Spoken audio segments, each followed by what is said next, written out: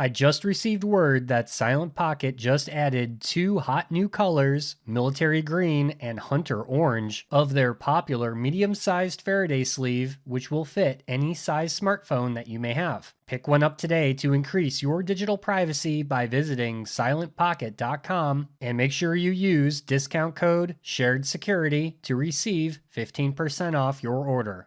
Over 90% of individuals show risky behavior in handling potential phishing messages, according to ClickArmor's free CanIBeFished.com self-assessment.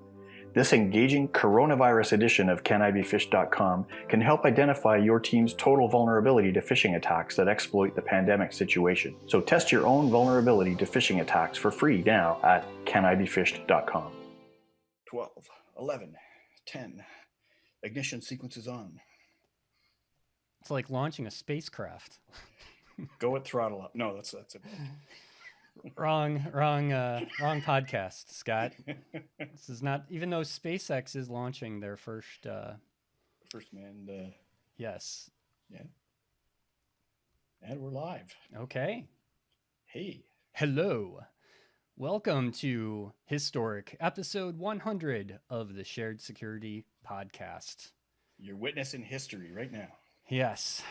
Everyone is witnessing history that we've made it to episode 100, over 10 years of the Shared Security podcast. Can you believe it, Scott? I can't really believe it. It's interesting. I was looking back through our show notes over the last 10, 11 years, and we've covered a lot of stuff in those 100 episodes. We did a lot. It's almost mind-boggling to think of all the topics, security, privacy, and some, the weather in Canada and all these other interesting topics for years. Yeah. And the things we take for granted now that didn't exist, or, I was looking at there was one show that we did where we announced that Twitter was replacing basic authentication with OAuth and other, so in other words, it didn't pop up a little dialogue box that said, enter your user ID and password. Yeah. It is crazy just how things have changed and not changed over the years. And this is a very special episode because we've invited many former guests of the show to join us for just a quick minute to say hi, see how they're doing. And some of them didn't turn us down. No, they actually didn't turn us down, and they want to provide us updates of things that they're working on, new projects, and just see how things have changed for them maybe over the last couple of years, since a few of them, it's been a long time since we've caught up. So yeah. And we want to thank everybody who has been on as a guest and everybody who's followed us for that period of time. So let's go through our very formal agenda. By the way, this is the most informal agenda I think we've ever done on the podcast, Scott, because our agenda this time is our guests. So until a guest shows up, which they will here, I'm sure, any minute, because it just turned 2:00 here Eastern Standard Time. But I think first, though, Scott, I wanted to just thank all of our sponsors over the years. I think without sponsors, they've been here to support the show, pay some of the bills, if you will. And I just wanted to shout out to Silent Pocket and Edgewise Networks, and of course now ClickArmor. Thank you very much for your support of the show.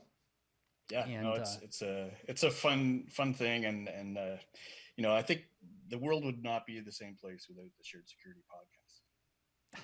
Broad statement, but I agree. Maybe a little bit biased there, but yeah. So I mean, I'm really happy that our sponsors have gotten some value out of it. They keep renewing, so that we really do appreciate their support, and we're happy that we're able to bring some value to them. Absolutely. So there are a few different things before our guests join us, and as they come in, we'll sort of talk more about relevant things that they've been doing, and then how they contributed to our podcast over the years as well. We have a number of people who've been on several times, some who've only been on once or twice, but in between the guest visits, I think it would be fun to kind of revisit some of the stories that we did cover in the last 99 episodes. And let's go back to 2010, right? And Whoa. Do you remember a site called pleaserobme.com? Yes, I do. I do. Does that site still exist, or is it I gone? don't think it does. I Maybe don't think it. gone. It was kind of, yeah. Do you remember what the buzz was around I that? do. I do. They were collecting tweets off of just the Twitter feed of The anybody fire that hose, was, yeah. yeah, that was sharing their location on Twitter. And this is right around the time that people were freaking out because Twitter allowed you to share your location. Um, and I think Kevin Johnson and I was kind of part of our talk at DEF CON that year. And I still, if you look at my my personal Twitter account, I made my Twitter account Area 51 in Nevada, and for some reason Twitter kept it, and so to this day it still shows me as that location, and I don't think I can remove it. So I may have broke Wow. Twitter back then. You broke it. And yeah, so but yeah, everyone was freaking out over people sharing their Yeah. locations, and so that guy that developed that website had an idea of like, wow, why don't I collect all this and show when people aren't going to be home, and maybe raise some Yeah. awareness. That was the thing, right? People often, in the excitement of using social media, would say, "Well, I should let people know everything I'm doing, and I'm heading off to South America for 2 weeks," and and then all you need to do is figure out a little bit more about where they lived, Right. and yeah, there were some stories of attackers being able to use that information to break into people's houses when they were away. Yeah. Yeah. So that was one of our first kind of stories. We had a mix of pretty technical stuff at first, especially when we had Kevin on. We did. We did. And I think that's how the podcast evolved. Was it started, so a little bit of history about the show. Uh, we had met, I think, through friends in the security community, right? I think it was someone introduced me to you, and then we connected on the Security Catalyst forum, right? That's right. Yeah, with Michael Santarcangelo. Yep. Yep. And yeah, that was sort of where we all kind of met. I remember Brian Krebs was Yep. there, and some of the other well-known security folks as well. That's right. That's right. And part of Kevin Johnson and I's talk at DEF CON was about hacking social networks. And um, someone gave me the idea of like, wow, you guys should do a podcast just focused on social media security. And that was kind of, I was still doing a podcast called Security Justice, which was back in the day, a pretty popular podcast around information security, as it was in the time. We recorded it in a bar, an Irish pub, after a local security user group meeting, which was so fun. Yeah. It would be nice to be able to do that with you too, Tom, but we're a little too far away. We are too far away, and unfortunately now it's even hard. It'd be really hard to do a podcast in a bar, given the world situation. Right. Yeah, it's been weird because I usually introduce, when someone asks about the podcast, I'll say, yeah, Tom and I have been doing this for 10 years and we've never met in person. Right? But in 10 years, that won't be a thing because everybody's going to be doing remote stuff, and it won't be so odd. But yeah, it's been kind of an interesting evolution, I would say, because we did have a lot of technical stuff, the Facebook APIs, and we even did some deep dives into some of that stuff. We don't do that so much anymore. We talk more about the risks to people and businesses, right? Right, exactly. But it was something that was well needed to talk about back then, 2008, 2009. Social media was just starting to, I think people were starting to realize that this is something that's not going to go away. Facebook, and this is, MySpace was still relevant, which is kind of funny to think that. I saw that in the show notes. We were talking about MySpace. Yeah, like what? In 2010, 2011. What? Why would you talk about that? But I think I called it social GeoCities back then. That's and right. Look what happened to GeoCities, if you remember that. I'm really dating myself by saying GeoCities. Yeah, I've forgotten all about that. Free websites that you could put together. Anybody remember Blippy? I do. What was Blippy? Wasn't Blippy wasn't that first social currency? Or you could connect your bank account? Wait. You could, what it did was it connected your social accounts to your purchases. Oh, So when that's you right. bought something on Amazon or whatever, it would broadcast to the world that they that you just bought, some underarm deodorant or something, right? Or your bathroom scales. So That's in those right. days, people didn't buy as much on Amazon as they do now. They were probably big ticket items, but that could be really more embarrassing these days, I suppose. Yeah. Yeah. That was episode 9. I'm looking that up right now. And what was it? Hold on. This is. We even had the theme music. Remember? You're listening to the Social Media Security Podcast. That was me. That was you in GarageBand. Yeah, in GarageBand. Robin Wood doing a talk called Social Zombies 2: Your Friends Need More Brains. So it's a sequel to you sound our so young there, illustrious DEF CON talk. Mm-hmm. That was last year. Mm-hmm. So we'll be talking about new developments in risks with social networks, and and Kevin and Robin are both actually going to be releasing new tools that security testers can use to test for some of these issues. Lots of good technical goodness there. Yeah, yep. That was January 30th, 2010. Yep. Yeah. Some other stuff that happened back in the early days. That's when I did a lot of work on the Honeystick project. That's right. Dropping USB drives around different sort of public locations just to see what people would do with them. The idea was to gather data around what people would do with an unknown device, plug it into your computer, open up some files, could easily start malware infections. So I was using that to start security awareness discussions. And then Symantec actually came to me and said, we'd like to do this with smartphones. We'd like to drop some smartphones. I said, well, I couldn't afford the smartphones. Well, they got many of them paid for by sponsors. But it was really fun to set up those projects where we would just see what happens when you lose a smartphone in New York City. Yeah. So. Yeah. Didn't you get some media attention because of that? Weren't you interviewed on? Yeah. I was on the NBC Today show for my 5 seconds of fame. Okay. That's awesome. But yeah, that was cool. At the same time, on this trip down to Washington, D.C., for that, I lost my passport at airport security. I couldn't get home. Did you really? I was actually, in those days, you could fly domestically in the States without a passport. I used my my picture driver's license to fly from Washington, D.C. to Syracuse. Yeah. And then I took a bus.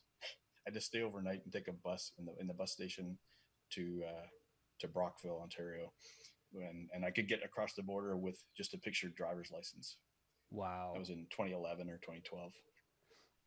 Can't do that anymore. No, you can't do that anymore. What do you remember from those early days, Tom?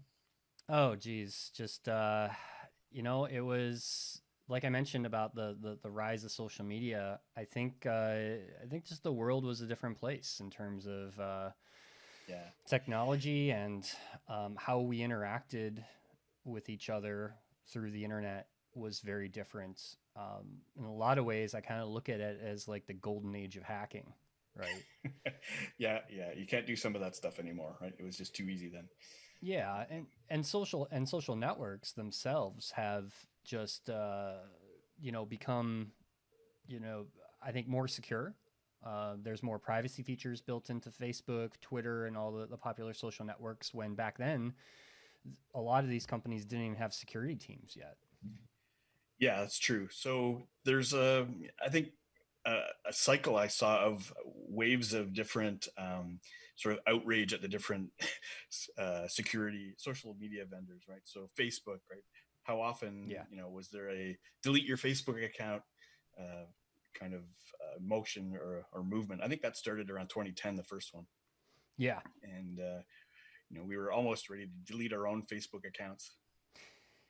Yeah, and that came up again more recently after Cambridge Analytica, if you remember, which that's something that was more modern, right?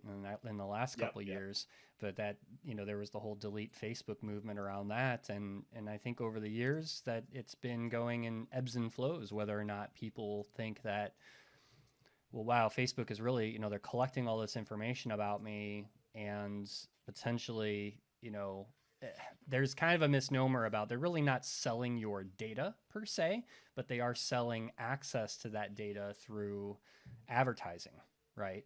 So little bits of information that we all know now is extremely valuable to companies. Yeah, I mean, there's that saying that goes, if it's free, you're the product, right? Yeah. So yeah, that's the way we kind of try to teach people how to handle their personal information, and anything that they do on those social networks is being tracked, right? From every click, every like, every share, and that's being monetized by these guys. So we've tried to kind of keep our finger on the pulse of that stuff and keep people aware of those kinds of risks. And sometimes we just have to improve our risk tolerance, right? We have to just understand there's not much we can do about it. And maybe we just don't post about when we're going away on vacation until after we get back, right? Right. That kind of thing.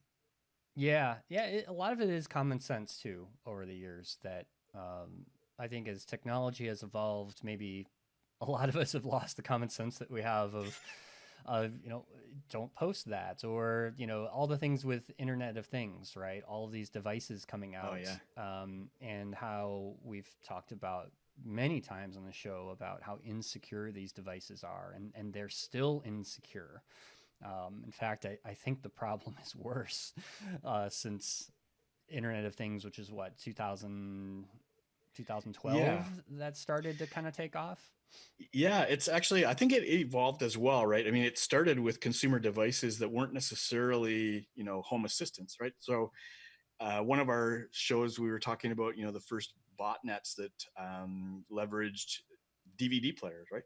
Was it the Mirai botnet that, did a whole denial of service attack on some of the major choke points on the internet. And it was the communication between consumer devices that really had never had any kind of security design. And so going back a little bit to the technical side, it is important to keep the pressure on the vendors to not just worry about what they're doing with their data, but also to kind of recognize that whatever vulnerabilities there are in their product could be used to weaponize the product and attack, other people. Like, I think we did stories on dolls that were weaponized and tractors and, all kinds of things. So it's been one of those things where I think the vendors have started to realize, and I think most of it comes from using more secure frameworks, right, for building stuff. Yeah. Yeah, there is a bigger movement around that. I mean, even OWASP, who sets a lot of standards around application security, has come out with an IoT top 10 list of most common vulnerabilities over the years. Just like how we saw with mobile apps, the same thing. Mobile apps just started taking off, and there became more of a concern about their security. And I think the problem with IoT is that it's just a very complex problem to solve. It's more than just an application. We're talking about hardware, and then we're talking about hardware that gets manufactured so cheaply across the world. And how do you update a device that wasn't designed to be secure? Yeah, and if it's a consumer device, it's a commodity. It's going to get sold, at the the leader in the category is going to be the one that sells for the lowest price. Yeah. And that means you're going to cut out the things that aren't absolutely necessary to make it do its job. And that could be security, right? Right. Yeah, exactly. So, and that was, I was just kind of looking at previous episodes. That was 2015 that we did a lot of talk about IoT risks. Wasn't that long ago. Yeah, exactly. And then we started looking at some of the other consumer devices like Fitbits and, the ways that some of those things could be exploited in an unintended ways, the impacts that could happen. I know there was things like, and it wasn't just the devices, it was, social media too, like insurance agents or divorce lawyers were using, overshared information or easily accessible information that people had posted from their Fitbits or whatever, right? That, to make a case that says, oh, you weren't with the kids when you said you were going to be. on the weekend, right? So some of those things were kind of eye-opening cases, I think, for people. They were. Yeah, I think a lot of it. I think then privacy was a big part of that too. And people didn't think about privacy the way that we think about privacy now.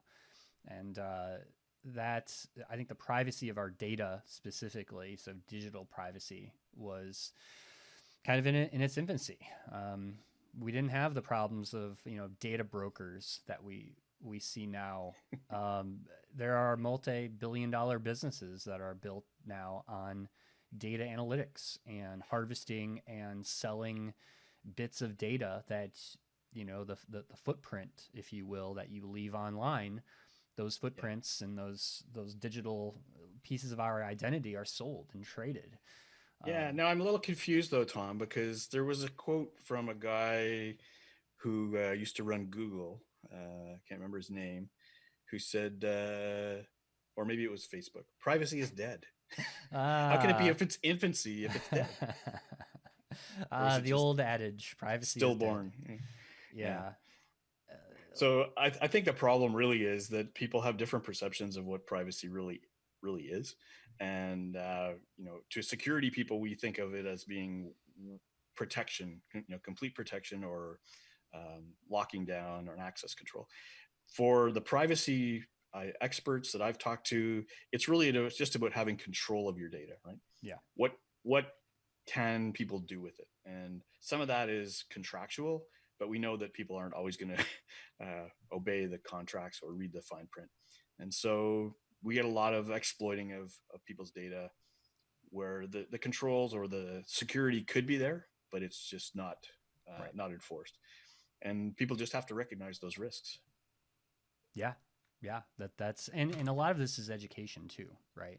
We've talked about this many times. I mean, you have a whole company now that's based on education, right? Yeah, exactly. Yep. And it's not an easy problem, right? Every business has different risks and a different landscape that they have to deal with.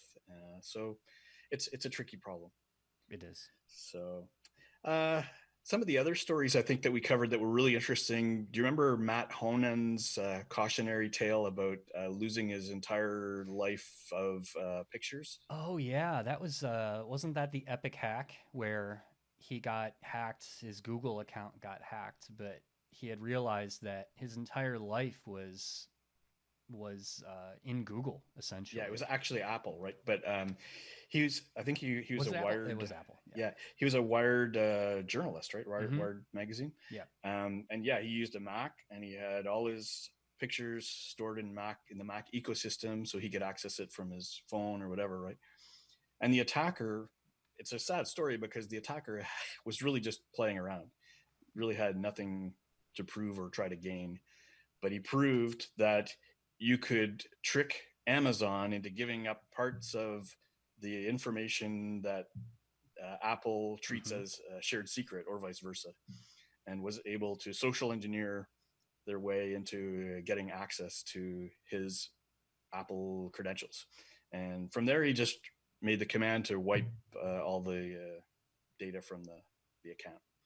And so really, really sad, but I use that story a lot to educate people on, being really careful about what you connect to and how strong you make the authentication in those connections. Yeah. And that was also, I think, a time when two-factor authentication was just starting to be a thing. I mean, I think we've always had some form of two-factor authentication, but not where it was adopted by regular people like it is today. And thankfully it is, because that's still one of the best defenses that people can do, is turning on two-factor authentication wherever, you can. And more services are now supporting that, which is good. Yeah, for sure. And, you even interviewed somebody from the FIDO Alliance a few weeks ago about, are we ever going to get rid of passwords? Are they going to be dead? What do you think? Well, they will one day. We may not see it anytime soon, but things like what the FIDO Alliance is doing and setting standards for authentication across the industry, using the things that, like we had mentioned, Windows Hello. So that, you know, is facial recognition to log you into your laptop.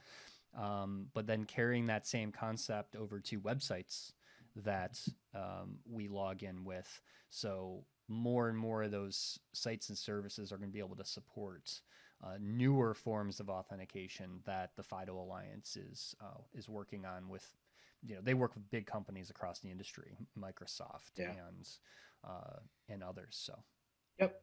I think, you know, the answer, I think when you asked him that question was, yeah, for most things, we're going to be able to replace passwords, but at some point, passwords will always be around for some of the simplest things. And I think that's probably true. Yeah. A couple other things I noted. I think we have to give a shout out to people like the EFF, the Electronic Frontier Foundation, that Absolutely. produces a lot of great tools for privacy. We refer to them quite often, I think, Rob. Yes. And ironically, we've never had anyone from the EFF on the show. I think you've invited them though, haven't you? I was working on something a couple of years ago, and I don't know what happened. Maybe we just stopped email communication for whatever reason. We all got busy, but I was looking to have the EFF. I think it was around the deepfake stuff. Oh yeah, that was going on, and people. Well, maybe someday in our next 100 episodes, we'll next 100 episode, episode 200, we'll have a special guest from the EFF. But I agree with you, Scott. They do great, amazing things for our industry. They really, everything from censorship to protecting the rights of journalists and human rights activists, and then of course, fighting for people's privacy in the courts, which is very important. I'd forgotten that they do that. Mm-hmm. So Yep. They do lobbying. They have a whole legal team that can handle situations that people might get involved with. They do really good stuff. Good. So now I've got some questions that, if somebody pops in, they're welcome to answer on the call as well. But I wanted to sort of recap where we are now, Tom, in your view, things like URL shorteners. I'm just going to pick a few topics here, right? So you know how you used to have Tiny URL and all those guys, and you still see them. Yeah, I see them all the time. Are they any more safe than they were before? I guess it depends how it's being used. Take, for example, Twitter. Twitter created their own URL shortening service. So I don't know if you noticed that, is every time you make a tweet, it shortens your URL to a Twitter-specific URL. And they actually have technology that does scan the original link for malicious, for malware or known malware, or if it's suspected.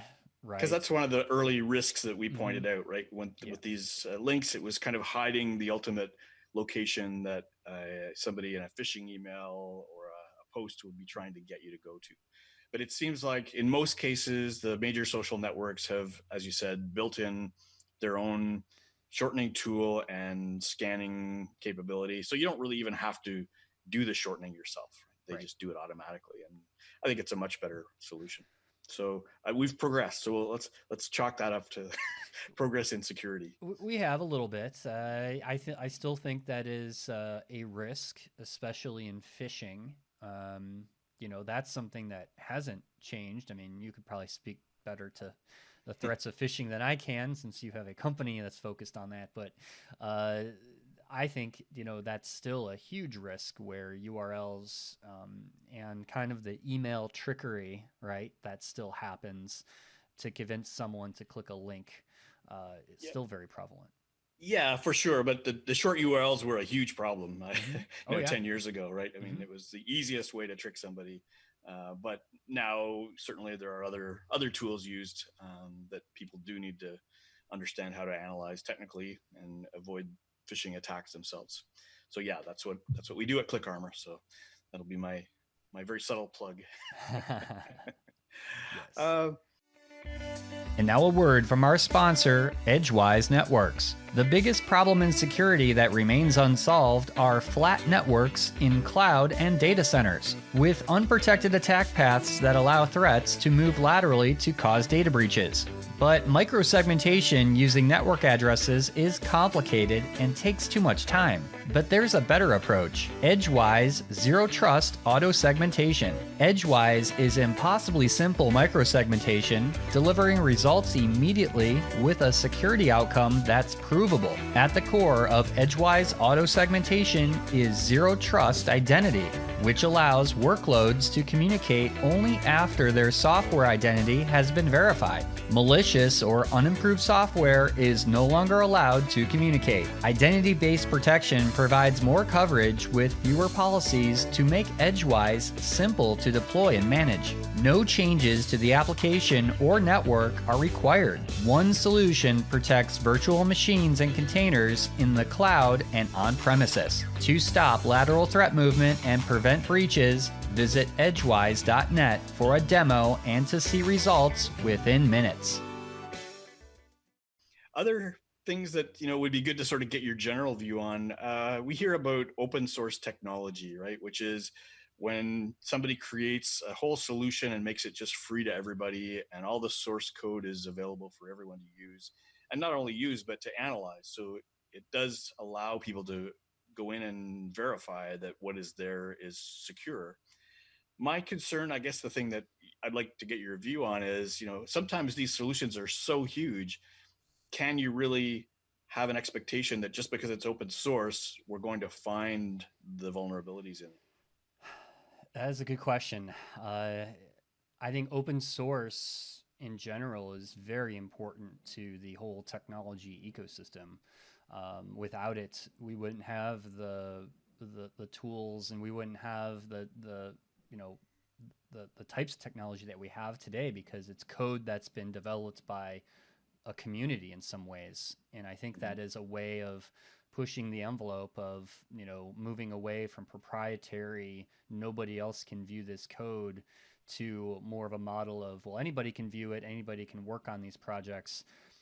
By nature, it's supposed to be more secure, but I think the big problem we see in the open source community now is that projects become abandoned, or things don't get updated as frequently as they should. And it becomes an arms race, right, between the good guys and the bad guys that are hunting for vulnerabilities to exploit, say, an open source framework in a web application that's used by millions of sites.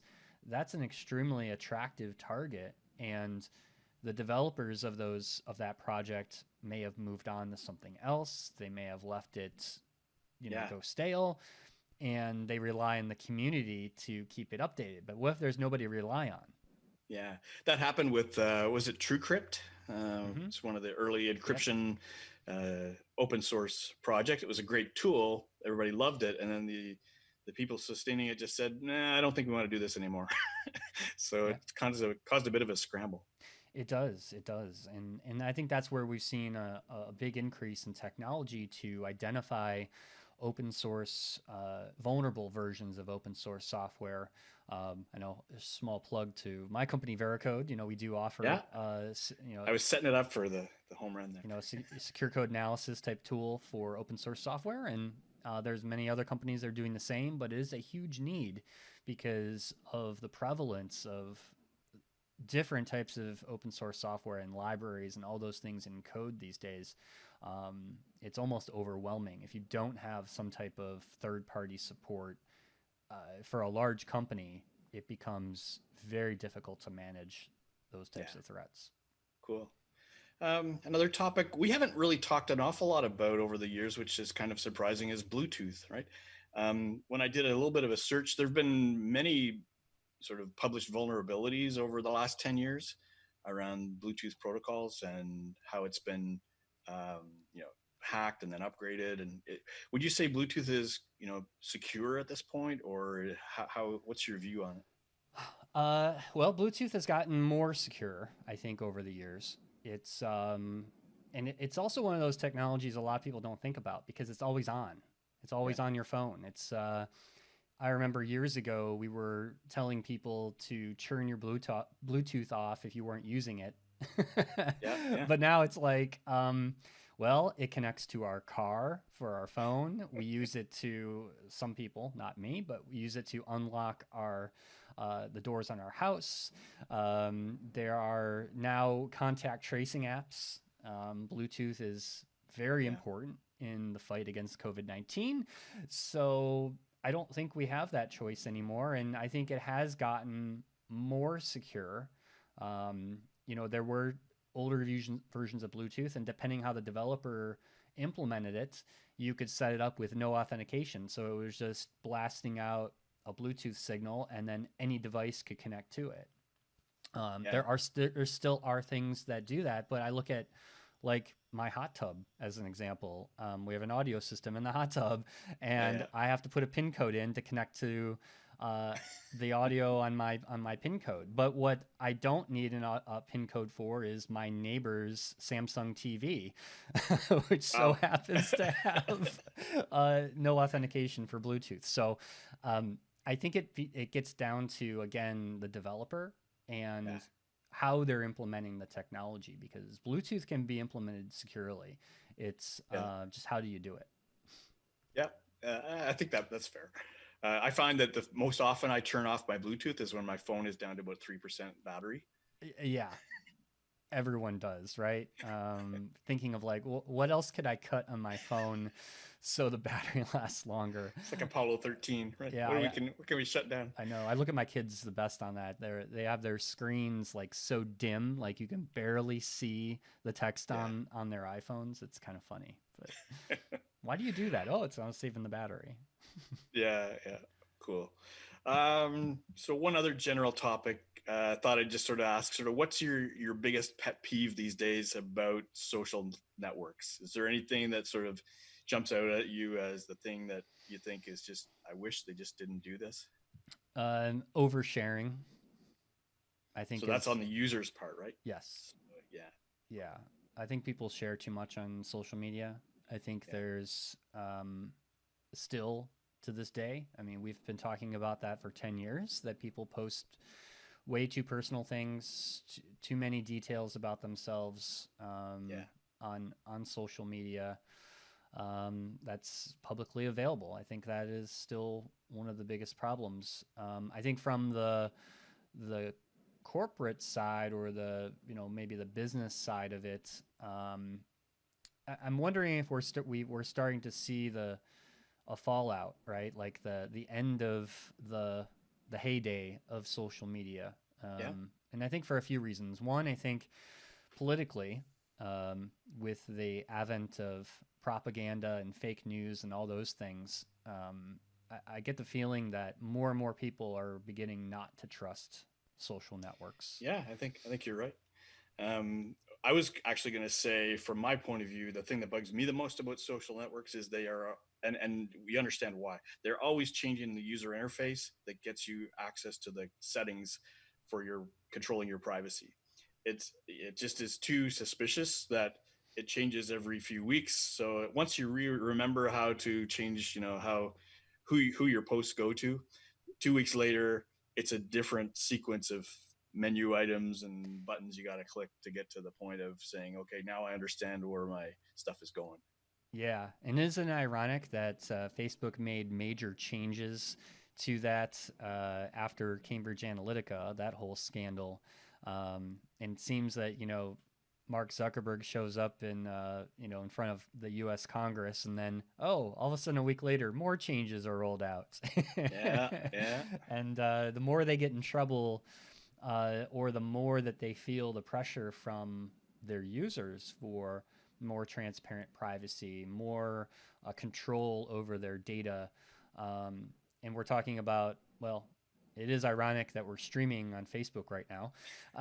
But regardless of that, it is interesting to see where all that's going to go. And it looks like we have our first guest. Welcome, Rachel. Hi. Hey, how are you doing? How's it going? Doing good. How's everything going with this podcast, this video podcast here? It's going great. You just saved us. Oh, really? What happened? Oh, we were just going through reminiscing some of our old stories, but we're kind of getting low on content, so it's really nice to have you join us and get a chance to hear what's happening with you these days. Yeah, well, I'm glad I could tune in. Yeah. Good stuff. So before I ask you a few questions, Rachel, I did want to, one of the topics that we had discussed with you way back is like 2018 was the last time you were on the show. And I know you really like David Lynch movies. Yes. Yeah. I can't believe you remember that. Yes. I do. Yes. And I wanted to bring that up again because I wanted to know if you knew that David Lynch does a daily weather report on his YouTube channel. I had no idea. You had no idea? Oh. I had no idea. I know he just came out with a short, like a 15-minute thing. I haven't seen it yet. Did you see it? No. I saw the news release on that, but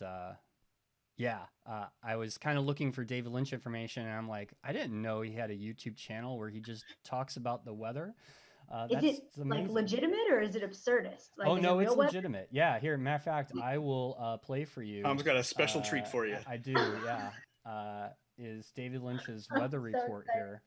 So let me go here. Hopefully you can see that, Rachel. Good morning. It's May 26, 2020, and it's a Tuesday. Here in LA, beautiful blue skies, not a cloud out there. Why would he not show it? Sunshine coming along. He's got to practice a bit. Right now, it's 65 degrees Fahrenheit, around 18 Celsius. It should climb up to the low 80s this afternoon, around 27 Celsius. Reporting live from a bunker. It does look a bit like a bunker there. Is that not amazing or what? That is fascinating. Yeah. No, I had no idea he did that. I think he's probably creating some sort of like absurdist art film based on that. It's some part of his next work, right? I have no idea what that's going to be for, but that was very interesting. Thank you so much for teaching me something new. You're welcome. And I'm sure, he's got like 5,000 views a day or something crazy. So, what? Yeah. Coming to you live from my pandemic bunker. I'm going to talk about the weather, but I'm not going to show you any of it. You can't see it. It's behind me, but you can't. He could be making it all up for all we know. That's what I think he's doing. Is he's actually making it all up. It's not real. It's very possible. Very possible. Oh man. So what have you been up to, Rachel? Yeah. Well, pandemic. Wildest time in my career. I'm sure you can relate, as can everybody in the world, but I think a lot of folks have probably been saying this just like on the interwebs, but security doesn't stop, right? So like my job just kind of continues on as normal, except for the fact that I'm not doing my talks, trainings, workshops. They're not happening in person. They're over Zoom or WebEx or whatever. So all that's pretty much business as usual. It's kind of, I would say, weird to not be around people because I usually travel so many weeks out of the year, and so I don't get to sit down with people and hear their stories as much and have that like one-off communication, but I do a lot of that on Twitter anyway, so for the most part it's fine. The big thing that I'm doing that's really different that I didn't normally do before is I'm working with hospitals who are severely impacted all over the world, all the way from Africa to the US, like all over the globe, and helping them for free. So they have different needs, like making sure that their teams have good protocols to avoid social engineering attempts during COVID-19, how to spot phishing emails, talking through spear phishing, and just helping them in general secure their practices because they're getting hit like crazy with things like ransomware and phishing attacks and just garbage people trying to attack the most vulnerable folks that are doing the hardest work right now. So just lending my time and making sure that they have what they need, whatever that may be. That's awesome. That's awesome. Yeah, it's sad. Like I wish that wasn't a thing that I needed to do, right? That like people could just like crime rings could just decide like, all right, crime. Yeah. Normally we do crime, but I guess right now we could probably pump the brakes a little bit because it's a little too much, but no, they don't stop. They don't sleep.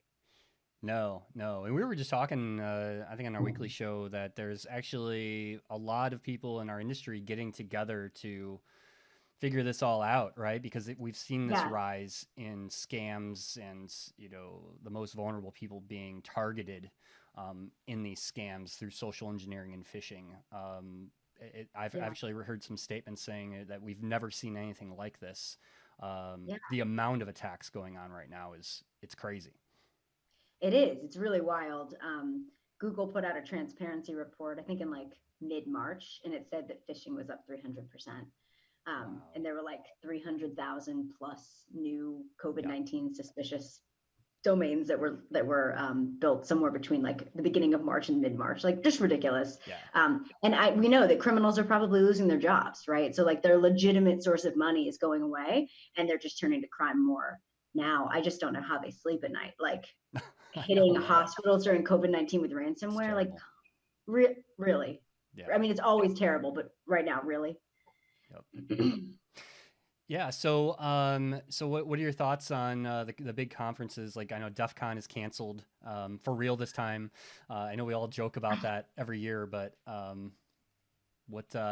good move, I assume, from your perspective. I would not be showing up even if it happened in real life. I mean, there's nothing I love more than DEF CON. That's where I got my start in information security. That's where I meet up with all my friends every year. We do the WISP scholarship every year.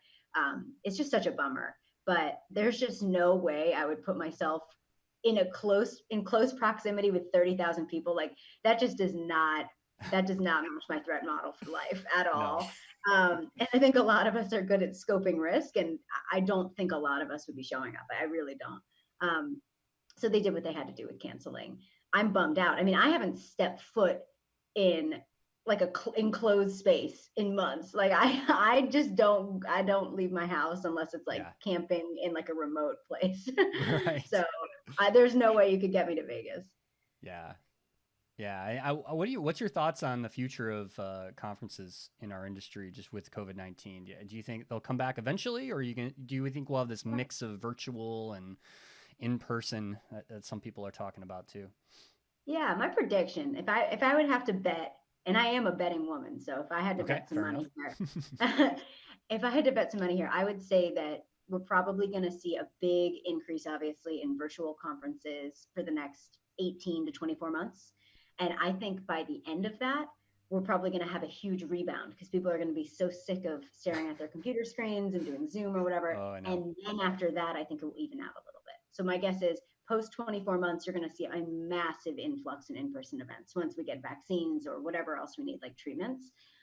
And then after that, I think it's going to be maybe 50-50, where that doesn't really bother me. That's great. I can do a keynote from my room. That's what I've been doing.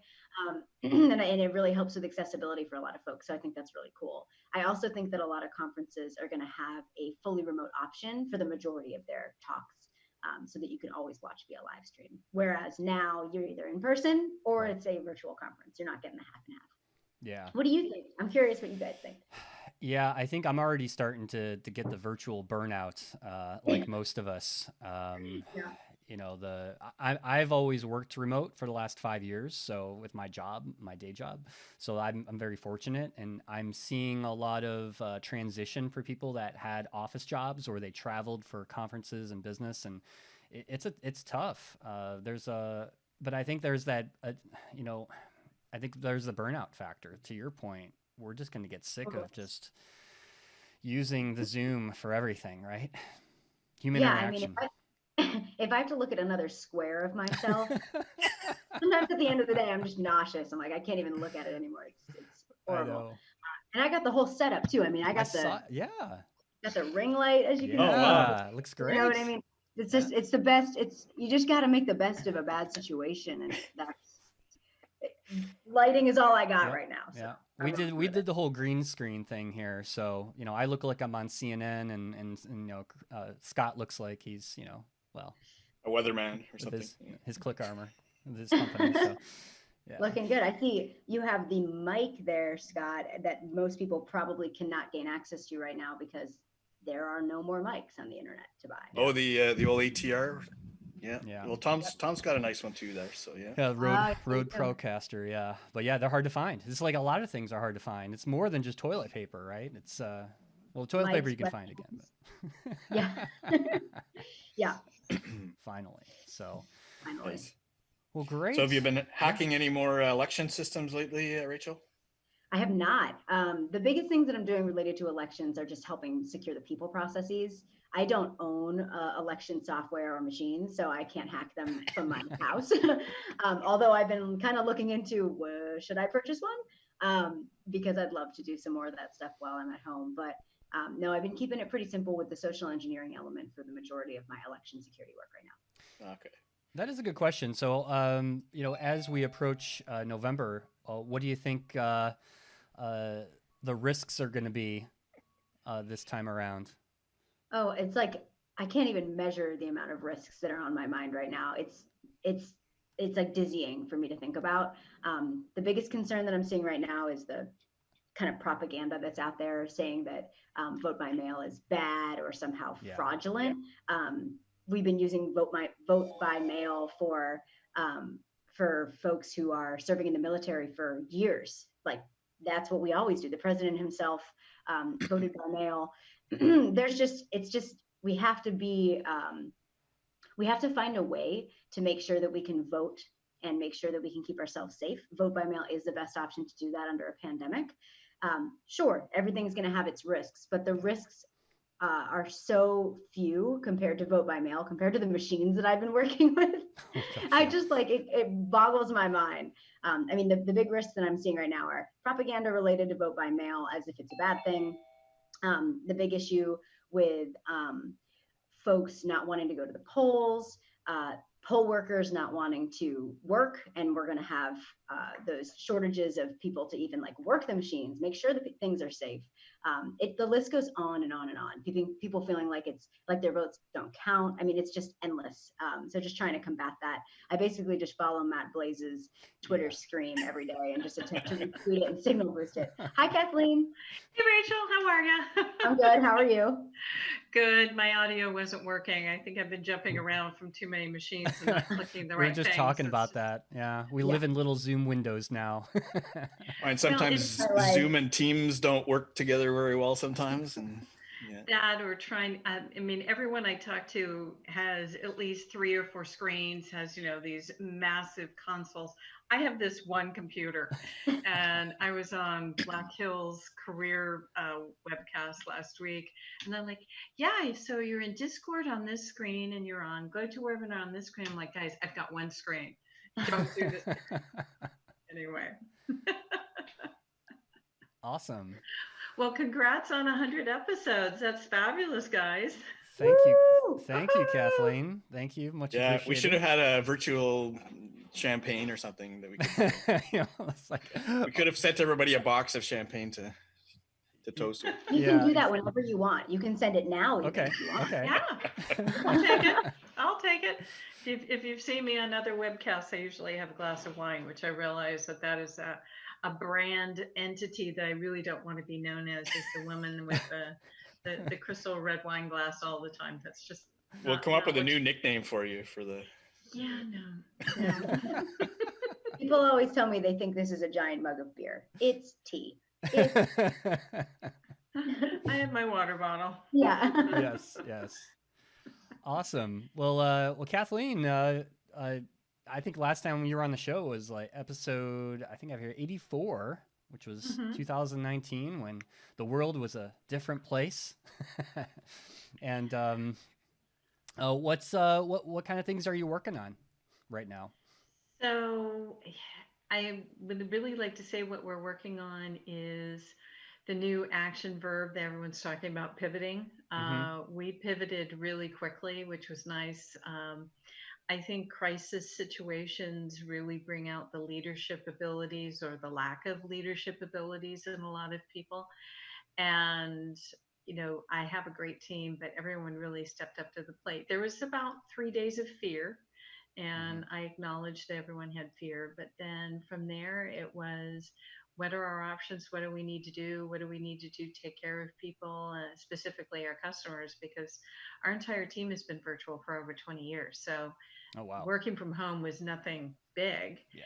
And we realized that we needed to take that knowledge base of us working at home, and we turned it around to our customers and started counseling everyone on what they should be doing, what they can do. And then specifically working in the security cleared space and this, cyberspace, as far as recruiting, you had so many people at different comfort levels of Zoom. I can tell you how many emails I got. I can't believe you're on Zoom. That's a Chinese intel agency that's going to be taping everything. I'm like, okay, well, go do webinar if that will make you more comfortable. So, and then I've been doing a lot more webinars. I've tweeted that I've done more makeup and hair in the last 8 to 10 weeks than I've done in the last 6 years.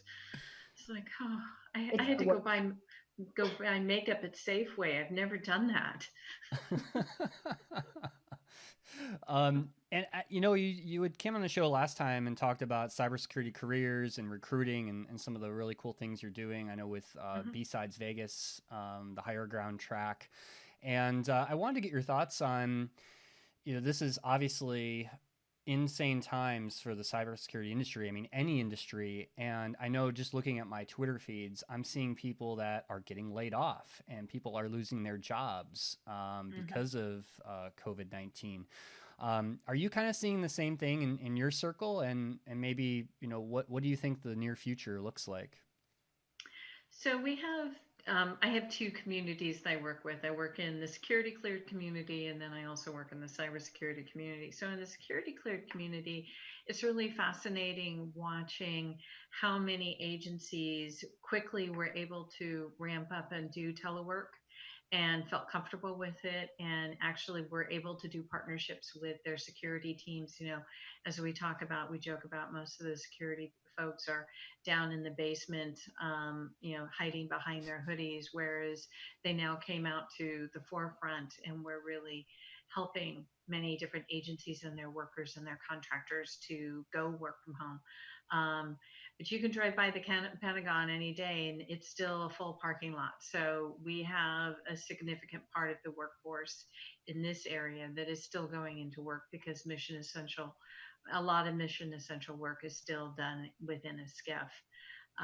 But it's been eye-opening watching the GSA and several of the agencies really think about this as far as a work from home prospect and being able to increase the talent pool.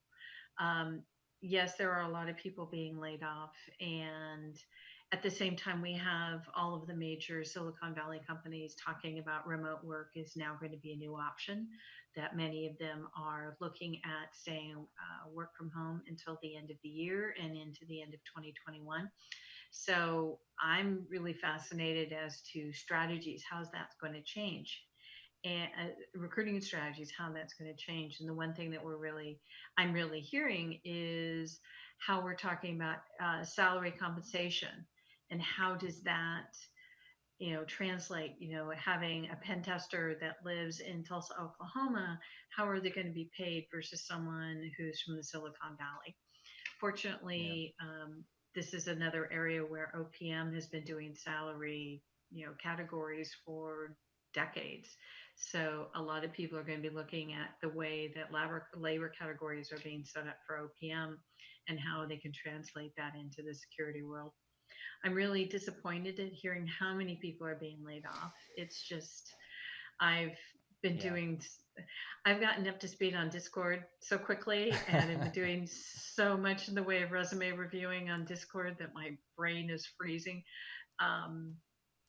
People are not prepared. And I've been doing this for 20 years, and I say, you've got to be prepared. You never know when something like this is going to hit, when a rift's going to happen, when a contract's not going to be renewed, when a manager is going to be replaced. This is not the only time that this is going to affect large groups of people. But I can tell you one thing, people are not writing their resumes well. Please, reach out to me. I'm happy to give you advice, but quit making it look pretty. I can't tell you how many people are using templates when they don't need to use templates. They're not talking in business terms. They're talking in tech jargon, and they're not explaining their business value. They're also not writing their resumes based on what their passion is. More than 50% of the resumes that I review, people are you can see that they really like doing something else, but they're not writing about it in their resume. Yeah. So really take this time to think about what makes you happy. Not, I know, paying the rent bill and paying the bills is really important, but you're going to shoot yourself in your foot if you're not doing that. And networking is going to be the best way. And job boards, job boards like mine. Um, there's been studies that have been done for the last 15 years that the number two way that employers find their candidates is through job boards. Number one is referrals.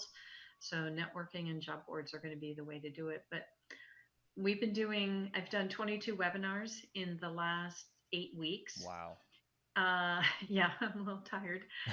Always with various different recruiters in the space, and recruiters, be it in cybersecurity or in security cleared, they want to help people. They're not sitting back and playing Sudoku or something like that. They do want to help people. Give them time to get back to you. Don't rail on social media because someone didn't get back to you in 2 days. Just kindly follow up with them. I can't tell you how many recruiters are like, look, we're working until midnight. We're trying, but we can't keep up with 500 to 600 emails a day. Yeah. Kathleen, do you see any significant shift in the requirements in the cybersecurity industry over the next while? There is the old, what's the new technology? So of course we're all now working on various different virtual platforms. So whatever security precautions or that, that's, if you can get up to speed on that kind of security, on that kind of how to work with the business models that are needing to go virtual, that would be, a really great trend. I think that also we have so much in healthcare that needs security. My friend Mike Murray up at Scope Security, he's like, we're just busting at the seams trying to make sure that people understand security, healthcare regulations and security protocols. So if you really want to make a difference, is really, boning up on what are the various different HIPAA regulations. And then some of the old standards that I've always recommended people look at is the energy labs, and finance. We still need people in those industries, but people seem to stay in the swim lane of services rather than taking their expertise and applying them to retail, healthcare, some other industry. Cool. Interesting. Good stuff. Good stuff. Well, it's hopefully things are slowly getting back to normal. I know around where I live, it seems to be moving in that direction, which is good. I think we still have a long way to go, but yeah, that's really good advice, especially the resume piece that you had just mentioned. That's something that I think you'd agree with me. It's been a large problem for everybody, right? A lot of people just don't know how to write a resume the right way. And as a hiring manager, I see resumes all the time, and I agree with you. There's so much fluff that, I would just prefer seeing, how are you going to do this job that I have? And I really want to see what you can do. And I don't want rather to than just all the keywords of things that they know. Yeah, like if it's more than a page, I just don't want to read it. Yeah. Well, what's interesting is that so many people use various different templates, latex and a variety of things, others out there that end up having bolding, they have shading, they have fonts, they have different fonts, they have italics, and they don't understand that most resumes are scanned by an applicant tracking system because companies with more than 25 employees have to report to the Department of Labor how they're complying with equal opportunity. So all of those systems, whenever they scan your resume, you don't know the interface because there's over 26 different kinds of applicant tracking systems. And we all know that the interface is going to look at that bolding or going to look at that shading and is going to start ripping apart the resume, but not pulling the data into the system that makes you a good candidate. So you're by making it look pretty, you're building a wall around your resume. Yep. Great points. Yeah. It's nice to hear the insights from that part of the industry that we don't hear that often. So it's been the drum I've been beating for over 20 years, and I don't think anyone's listening, but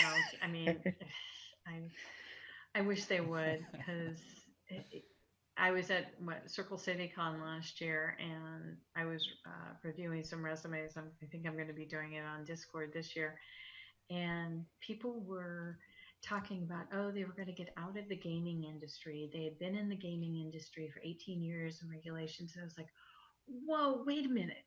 You have 18 years of gaming regulation security experience.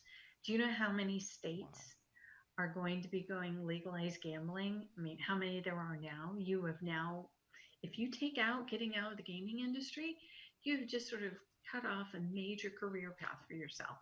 Like, well, we want to move out of, Cincinnati. And I'm like, well, there's California, there's Nevada, there's New Jersey, there are all these other states you could go to. And they're like, oh, so I think one, write the resume well, but then also really be very pragmatic about what you want to do and what makes you happy. I can't tell you how many times I've read a resume and you could tell that somebody loved managing people and that they loved being customer interfacing. And I said, okay, excuse me, texting, excuse me, it looks like in this resume you really like being part of customer service or managing teams. And, back it's like, I love it. And I'm like, well, then write about it. Don't tell me how many Python things you've done and so on. Just tell me that you managed a team of engineers and you met a business goal and that's what you want to do more of. But I think their expectation is that that's what the recruiters are looking for, is the alphabet soup of all the things that they've worked with, right? It goes back to networking with recruiters and making sure that you understand the difference between the recruiters. I mean, there are direct recruiters who work for the company, and we have one too many staffing firms in this company, in this community, but don't get me started on that. And understanding if someone is a staffing firm, or understanding if they're a direct recruiter, or understanding if they're a headhunter. And then building your network, making sure, if you had a really great phone interview with somebody and they said, I'm sorry, you're just not going to be a good fit. But if you felt like you connected with that person, say, hey, can we connect on LinkedIn and keep in touch? And I'll let you know how my career is going. I can tell you 99.9% of the recruiters out there are going to say no problem. Of course. And most of the good recruiters I know, they've been cultivating candidates for 5 to 8 years because they want to find the right person for the right job.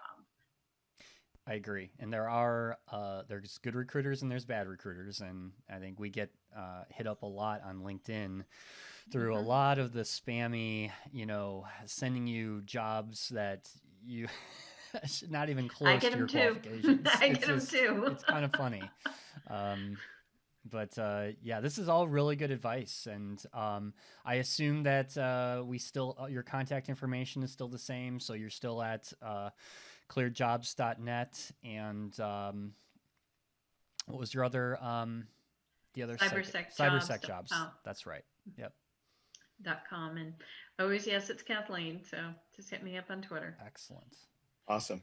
If you want to, I don't know if you want to stick around or not, but Tom and I are going to do a lightning round before we wrap up of questions about things that have happened in the last 10 years. And you mentioned something earlier that I want to bring up the first time, and then you don't have to stick around if you don't want to. But you mentioned OPM, which is the Office of Personnel Management, right?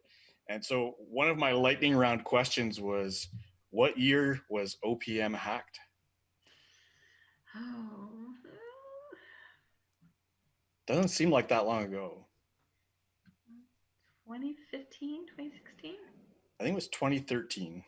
I was going to say 2013. Yeah. I was like, So you know how in this time frame everything is just felt I know. very, it just elastic. The whole 10 years really went by pretty fast. But some of those things that seem pretty close were actually a lot longer ago than I remember. But that was a big story, right? And it took place over a long period of time. I think it wasn't really discovered until the Inspector General uncovered some sort of anomalies. Is that right? Yeah. Well, isn't it interesting how, I mean, I remember for me, the big breach was Sony. And then I remember all the various different stories that happened after that. And I remember actually going to a presentation at Cyber Maryland, oh God, 8-10 years ago, that did sort of like an aftermath. By that time, Sony wasn't the only one who had been breached. But isn't it interesting how companies have handled it from a PR standpoint? Yeah. Oh yeah, we've been breached, or oh, we've been breached, or we were breached. It's sort of everyone's had a very different response. Yeah, there's always one common factor in those breaches, right? It's the legal wording afterwards in the press release that says there is no evidence that any of this information has been abused in any way. And we care about your security and privacy. The biggest one for me, what was interesting was the Starwood breach. Across so many different hotel chains, and a few friends of mine who are in the hospitality industry, understanding how hospitality is set up. You have the franchises, and then you have the corporate owned, and there's so many different revenue models. And one of the CISOs, was not allowing a certain revenue partnership to go forward. And, everyone was calling the CEO, and they were like having this fit. And he said, this is what they're doing with the information. And they all went, oh, okay. Oh, yeah, so at least security is now being considered more important than the revenue models. Yeah. Not for everybody, but for some. Yeah. And you mentioned the Stony Pictures disaster. So I was actually going to ask about that too. We all know it was around 2014. But do you remember what the go-to security solution was that they used during the cleanup, during the disaster recovery? I do not know that, but I do know that one of the theories was it was a disgruntled employee in the HR department, which is always going back to the fact that it's your own employees that are the problem versus outside attackers. And I just wish that message had come through a lot quicker. Yeah, that's good. Because, there's speculation, right? How much of that was inside or whatever. But it's all really kinds of good speculation. Yeah, the answer to the question was the BlackBerry. I don't know if you remember that they used the BlackBerries as the only way to securely communicate when all their email was compromised, right? Wow. That's true. I use hand signals. That's about it. Up in Canada here, we use smoke signals. So I was going to say smoke signals. Do something like that. Might get my old flagging, kind of thing going on. Do Vogue. All right. And I have one other question.